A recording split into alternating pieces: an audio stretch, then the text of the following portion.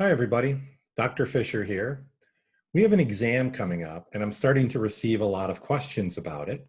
So what I'd like to do in this video is answer some of the most common questions I receive.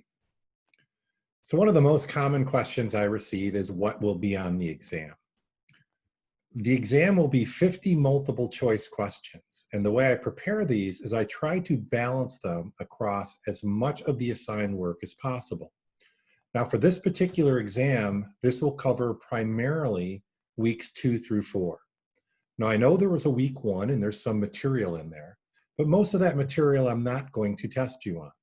The only thing you'll see a question on from week 1 will be that video, What is Psychology?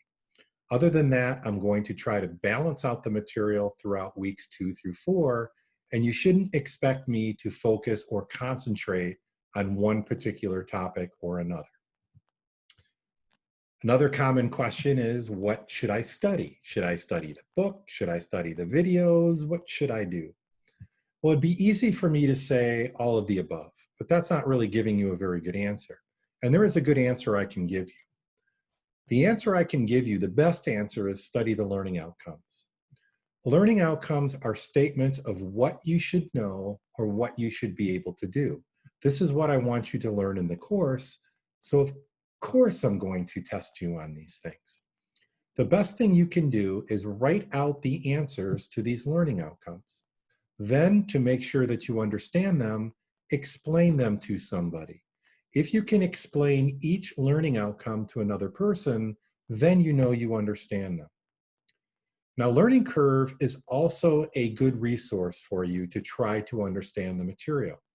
After you complete the Learning Curve exercises and get your 10 points, you can always go back to them and work on them more. So it's also a good study resource for you. But the best resource by far are the learning outcomes. Next question, what are the rules of the exam? Well, these exams will be held synchronously, meaning that the entire class will be taking them at the same time. So you will log in at 11 o'clock on Friday to take the exam, and you will have 1 hour. That exam is available from 11 until noon. At noon, the link disappears. So if you log in at 11:30, you only have a half hour to complete the exam. Now, some of you, I understand, might have other classes or you might have work obligations. If that is interfering with you from taking the exam from 11 to noon on Friday, you need to contact me as soon as possible and be prepared to show proof as to why we should reschedule your exam. I'm happy to work with you to reschedule them, but I need to know that there's a good reason to do so. Another rule is that these are open book. Now, this does not mean you shouldn't prepare. One of my worries about calling an exam open book is that there are students that think that they do not have to study, that they can look up every answer. And if that is going to be your strategy, you're going to be very disappointed at the end. Instead, prepare. Use the resources available to you to your advantage. If you don't understand a particular question, or if you're struggling with the right answer, this is when you should start using your resources and looking things up. And again, this is why writing out the answers to the learning outcomes are going to be so valuable to you, because you'll have these answers sitting by your side as you're taking the exam. So please prepare. That is going to be the best way to achieve success.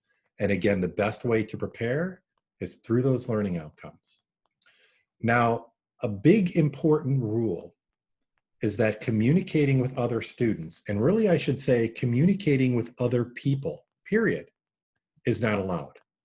You can't ask your parents, you can't call up another psychologist, you can't talk to any other students by any means, be it cell phone, text, WhatsApp, any of those, anything. You cannot communicate to another student. If it is found that you communicate for another student, even if it's just one question, the consequences will be severe. You will receive a failing grade in this class. You're not going to be allowed to drop it. You will get an F. It will also appear on your academic record that you cheated in a class. You will carry this with you through your entire academic career. It will also be on your record in case, say, an employer requests a transcript. These things are indicated on that as well. So the consequences are very severe. And the reality is you don't have to go there. Prepare well, use the resources that you prepare for the exam, and you're going to do great. So this is my final message to you. Good luck, but prepare well and you will do well. If this video didn't answer your questions, please look at the syllabus.